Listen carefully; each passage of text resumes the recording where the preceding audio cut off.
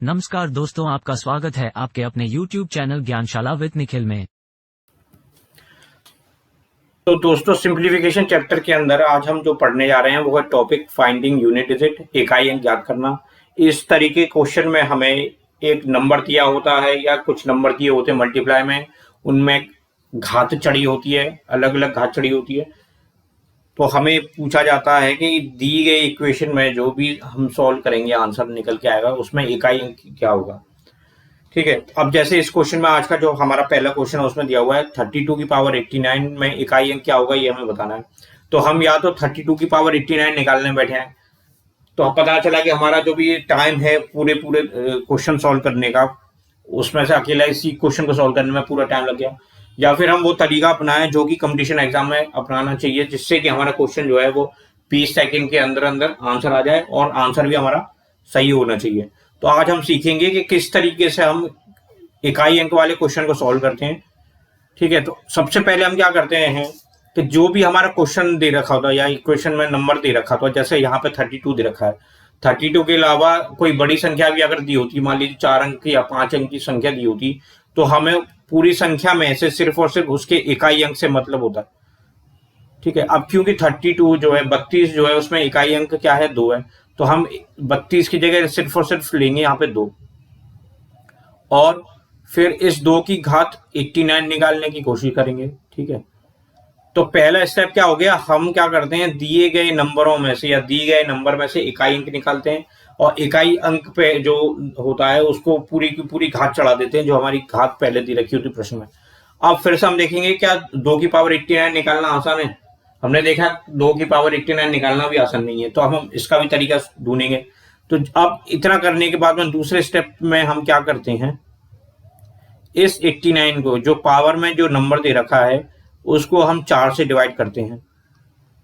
4 से इसलिए डिवाइड करते हैं कि क्यों कोई भी नंबर अपनी 4 घात के बाद में, जैसे मान लो 2 की घात 1, 2 की घात 2, 2 की घात 3, 2 की घात 4, 2 की घात 5, तो जैसे ही 2 की घात 5 आता है तो वो वही इकाई अंक देता है जो 2 की घात 1 देता है। मतलब मान लीजिए 2 की घात 1 जो आया है वो निकल के आया है 2, और यही वैल्यू निकल के आएगी 2 की घात 5 की इकाई अंक अगर हम निकालें तो, क्योंकि 2 की घात 5 होती है 32, 32 में जो इकाई अंक होता है वो भी 2 होता है। फिर 2 की घात 2 अगर निकालते हैं हम तो वो आता है 4, और वो ही निकल के आता है 2 की घात 6, 6 का मान 64, 2 की घात 6 होता है 64, 64 का इकाई का होता है 4। फिर 2 की घात अगर 3 देखते हैं तो 2 की घात 3 जो होता है वो आता है 8, और यही वैल्यू जो निकल के आती है वो आती है 2 की घात 7 की इकाई अंक। फिर 2 की घात 4 जो होता है उसकी वैल्यू होती है 16, 16 का इकाई अंक होता है 6, और यही वैल्यू जो निकल के आती है वो निकल के आती है 2 की घात 8 में जो वैल्यू निकल के आएगी उसका इकाई अंक। तो इसलिए हमें पता चला कि हमारी जो भी पावर होती हैं, जो वैल्यू निकल के आती हैं, वो 4 के बाद में रिपीट होने लग जाती हैं। इसी वजह से इसे हम जो भी पावर दी होती है उन्हें हम 4 से डिवाइड करते हैं। इसे साइक्लिसिटी ऑफ नंबर भी कहा जाता है। तो हम क्या करेंगे, जो पावर दी है उसको 4 से डिवाइड करेंगे। तो अगर हमने 89 को 4 से भाग दिया तो कितनी बार जाएगा, पहले तो जाएगा 2 बार, यहाँ आ जाएगा 8, यहाँ से लेंगे हम 9, फिर जाएगा ये 2 बार, जाएगा 8 बार, शेष आया 1। अब ये जो शेष निकल के आया है हमारा, इस शेष को हम इस वाले 2 के ऊपर चढ़ा देते हैं। तो 2 की घात कितना हो गया, 2 की घात हो गया 1। अब 2 की घात 89 निकालने की जगह हम क्या करेंगे, 2 की घात 1 निकालेंगे। और क्योंकि 2 की घात हमें 1 पता है, 2 की घात 1 की वैल्यू होती है 2, तो हमें ये पता चल गया कि 2 की पावर 89, 2 की पावर 89 में जो इकाई अंक आएगा वो आएगा 2। और क्योंकि ये इकाई अंक जो है 2, ये वाला, ये जो ऊपर लिखा हुआ है पहले स्टेप में, ये 2 जो लिखा हुआ है ये 32 का इकाई अंक है, तो हम ये कह सकते हैं 32 की पावर 89 का जो इकाई अंक होगा वो 2 होगा। अब इस कंसेप्ट को अपने अगले क्वेश्चन में और सॉल्व यूज करके हम देखते हैं कि क्या ये तरीका और क्वेश्चन में प्रयोग में लाया जा सकता है, और देखते हैं अपना अगला क्वेश्चन आएगा। Question number 2। क्वेश्चन नंबर 2 कहता है 49 की घात 93 में इकाई अंक क्या होगा। 49 की घात 93 में क्या इकाई अंक होगा ये हमें बताना है। तो या तो हम 49 की घात 93 निकालें, या हम अपना पहले वाले क्वेश्चन का तरीका अपनाएं जिससे कि हमारा आंसर 20 सेकंड के अंदर अंदर आ जाए। हम क्या करेंगे, 49 में से पहले स्टेप में क्या करेंगे, 49 में से इकाई अंक निकालेंगे। तो इकाई अंक हो गया 9। अब 9 की घात 93 निकालने की कोशिश करेंगे। 9 की घात 93 निकालना भी उतना ही मुश्किल है जितना 49 की घात 93 है। तो अब हम क्या करेंगे, दूसरे स्टेप में इस 93 को 4 से भाग देंगे। तो 93 को जब 4 से भाग दिया तो ये आया 2, यहाँ पे आएगा 8, यहाँ बचा 13 निकल के आया। अब 4 तिया होते हैं 12, तो शेष का बचा 1। अब इस शेष को कि कहाँ चढ़ा देंगे, इस शेष को तीसरे स्टेप में हम चढ़ा देंगे 9 की घात में। तो 9 की घात 1 क्या हो गया, 9 की घात 1 होता है 9। इसका मतलब ये हो गया कि 9 की घात 93 की जो इकाई अंक होगी वो होगी 9। और क्योंकि 9 की घात 93 जो हमने निकाला था वो निकाला था 49 की घात 93 से, तो इसका मतलब ये हो गया कि 49 की घात 93 में जो इकाई अंक आएगा वो भी आएगा 9। तो ऑप्शन नंबर सी हमारा इस क्वेश्चन का हो गया आंसर। अब अपने अगले क्वेश्चन पे चलते हैं। अब क्वेश्चन नंबर 3 जो कहता है वो कहता है 483 की पावर 592 मल्टीप्लाई बाय 1094 की पावर 861 और इसका जो भी रिजल्ट आएगा उसका इकाई अंक बताना है। तो या तो हम 483 की घात 592 निकालने बैठे और 1094 की घात 861 निकालें, फिर दोनों को मल्टीप्लाई करें, फिर जो रिजल्ट आएगा उसका हमें इकाई अंक बताना हो। इस क्वेश्चन को करने में कितना टाइम लगेगा ये आप अंदाजा लगा सकते हैं। तो हम इस क्वेश्चन को छोटा करने के लिए और आसान करने के लिए क्या करते हैं, यहाँ पे जैसे पहले जो क्वेश्चन 2 हमने करे थे वहां पे सिर्फ और सिर्फ 1 नंबर दे रखा था, यहाँ पे 2 नंबर दे रखे हैं। कुछ क्वेश्चन ऐसे आते हैं जहाँ पे 3 नंबर भी दे रखे होते हैं।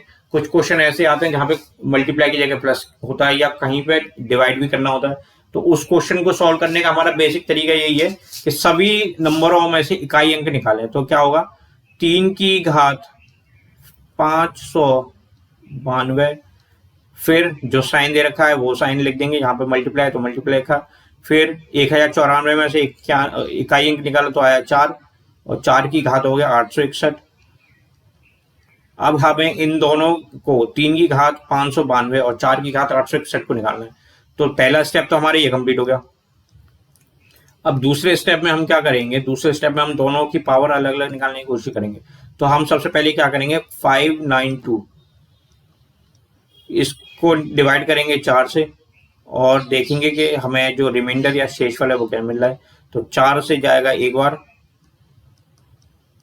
माइनस करेंगे 1 बचेगा, यहाँ उतारेंगे 9, तो यहाँ पे आएगा 4 चौक 16, यहाँ लिखेंगे 16 और यहाँ जो बचेगा वो बचेगा 3 और यहाँ आएगा 2, 4 अट्ठे 32 होता है।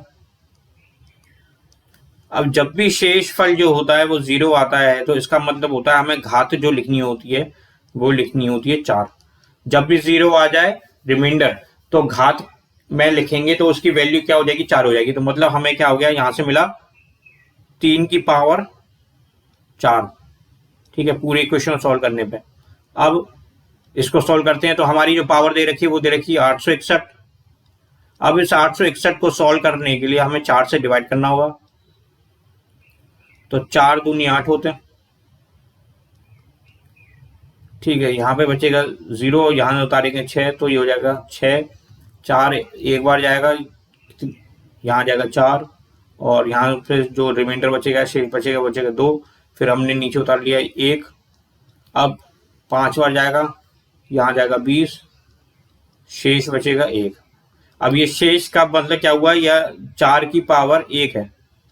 अब हमें क्या करना है, सिर्फ और सिर्फ 3 की पावर 4 मल्टीप्लाई बाय 4 की पावर 1 इसकी वैल्यू निकालनी है। अब हमें 3 की पावर 4 पता होनी चाहिए क्या होता है। तो 3 की पावर 1 जो होती है वो होती है 3, 3 की पावर 2 जो होती है वो होती है 9, 3 की पावर 3 जो होती है वो होता है 27, 27 का इकाई अंक ले लिया हमने, आया हमारा 7 और 3 की पावर 4 जो होती है वो होती है 1, क्या होती है 1। मतलब 3 की पावर 4 निकल के आता है, वो निकल के आता है 81 और हमें इकाई अंक चाहिए तो हमने 81 का इकाई अंक लिख लिया 1। ठीक है, तो इसका मतलब ये हुआ कि 3 की पावर 4 जो होगा वो इकाई अंक देगा 1 और 4 की पावर 1 तो 4 देता ही है, तो इस वाले क्वेश्चन का जो हमारा आंसर हो जाना चाहिए वो हो जाना चाहिए 4। क्यों? क्योंकि जब हमने 3 की घात 592 और 4 की घात 861 को मल्टीप्लाई करके देखा तो जो हमारा इकाई अंक आएगा वो आएगा 4। और क्योंकि 3 और ये 4 जो है वो इन बड़े नंबरों के इकाई अंक हैं, तो हमें पता चल गया कि इस पूरे इक्वेशन को सॉल्व करने पर जो इकाई अंक आएगा 4 आएगा। हमारा ऑप्शन हो गया डी। अब हमने इकाई अंक ही क्यों लिखा, सब नंबरों में से इकाई अंक क्यों लिया है, इसके पीछे क्या कारण है? कारण ये है कि जब भी हम 2 या 3 या 3 से ज्यादा नंबरों को मल्टीप्लाई करते हैं तो जो भी इकाई अंक आता है वो केवल और केवल सभी अंकों के इकाई अंक पे निर्भर करता है। मान लीजिए 5 या 6 अंकों की 2 संख्या दे रखी है, उसका आंसर क्या होगा वो हमें नहीं पता, लेकिन हम उस आंसर में जो इकाई अंक आएगा वो बता सकते हैं, क्योंकि इकाई अंक जो होते हैं निकालने के लिए वो केवल और केवल सभी नंबरों के इकाई अंक पे डिपेंड करते हैं, फिर चाहे वो मल्टीप्लाई हो रहे हो नंबर, चाहे डिवाइड हो रहे हो, चाहे ऐड हो रहे हो या सब्ट्रैक्ट हो रहे हो। ठीक है, तो आज ये हमने जो सीखा है वो सीखा है इकाई अंक निकालने का तरीका। कल भी हम इसके क्वेश्चन देखेंगे जो कि प्रीवियस ईयर्स क्वेश्चन होंगे, एसएससी में पूछे गए या फिर बैंक के किसी ना किसी एग्जाम में पूछे गए या फिर किसी भी अन्य कंपटीशन में जो भी इकाई अंक से रिलेटेड क्वेश्चन होंगे वो हम देखेंगे। तो आज के इस वीडियो में हमने इकाई अंक निकालना सीखा है। तो आपको अगर ऐसा लगता हो कि आप आज के इस वीडियो में आपको कुछ एक्स्ट्रा सीखने को मिला है इकाई अंक निकालने से, जिससे कि आपको क्वेश्चन जब सॉल्व करेंगे तो उसमें कम समय लगे, तो प्लीज इस वीडियो को लाइक कीजिएगा, शेयर कीजिएगा। चैनल अगर अभी तक आपने सब्सक्राइब नहीं किया है तो प्लीज चैनल को सब्सक्राइब कीजिएगा। थैंक यू और आपका आज का दिन शुभ हो।